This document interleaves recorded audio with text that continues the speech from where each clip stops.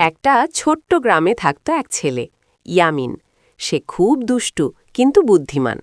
তার একটাই সমস্যা, সে নিজে পড়তে চায় না, কিন্তু অন্যের লেখা কপি করে।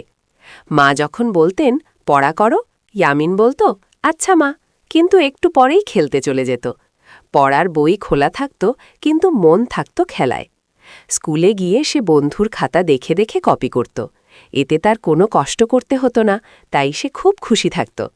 কিন্তু মাস্টার একদিন খেয়াল করলেন, ইয়ামিনের লেখা সবসময় একদম একই রকম। তখন তার মনে সন্দেহ জাগল।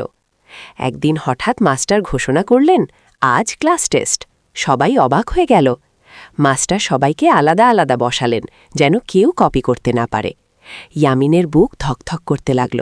সে ভাবল, আজ তো আমি ধরা পড়ে যাব। খাতা হাতে নিয়ে সে শুধু তাকিয়ে রইল, কিছুই লিখতে পারল না। কপাল ঘামে ভিজে গেল। মাস্টার সব বুঝে গেলেন। ইয়ামিন লজ্জায় মাথা নিচু করে দাঁড়িয়ে রইল। মাস্টার তাকে শাস্তি দিলেন না। তিনি মিষ্টি করে বললেন, কপি করলে মানুষ বড় হতে পারে না, নিজে নিজে শিখতে হবে। সেদিন থেকে ইয়ামিন মন দিয়ে পড়তে শুরু করল।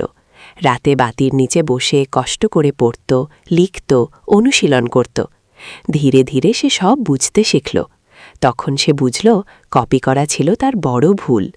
এখন ইয়ামিন নিজে নিজে লেখা শুরু করল, আর কারো খাতা দেখল না। পরের পরীক্ষায় সে খুব ভালো নম্বর পেল। খুশিতে সে লাফাতে লাগল। ফলাফল দেখে তার মা আনন্দে কেঁদে ফেললেন। ছেলেকে বুকে জড়িয়ে ধরে বললেন, আমার ছেলে এখন সত্যিই বড় হয়েছে। বন্ধুরাও অবাক হয়ে বলল, ওয়াও ইয়ামিন, তুই তো দারুণ করেছিস।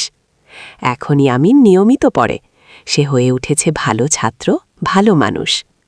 গল্পের শিক্ষা, কপি করলে শেখা যায় না, নিজে পড়লেই মানুষ বড় হয়।